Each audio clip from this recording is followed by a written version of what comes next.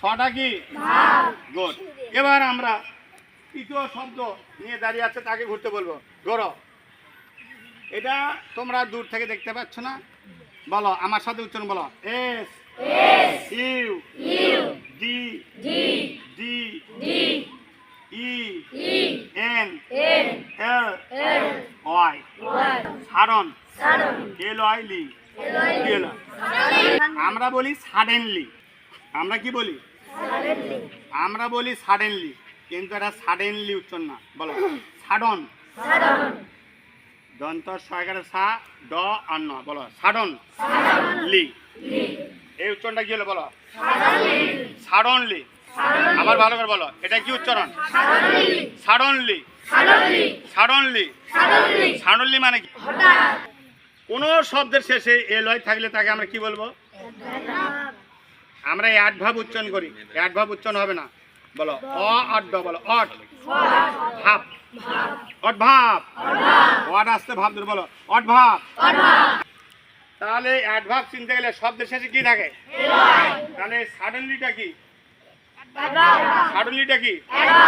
আচ্ছা quickly, slowly, wisely, bravely, nicely, beautifully, occasionally, normally, daily.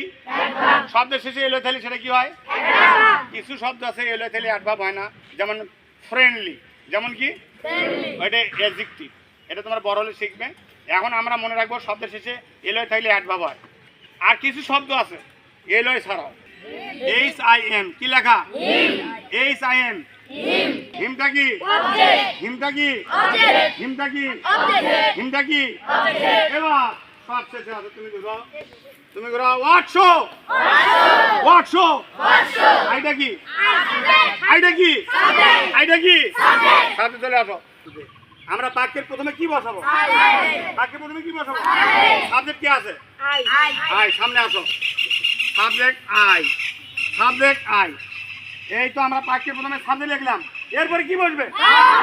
কি বসবে? ভার্ব কি আছে? ভার্ব কোথায়? ভার্ব। ভার্ব চলে আসো।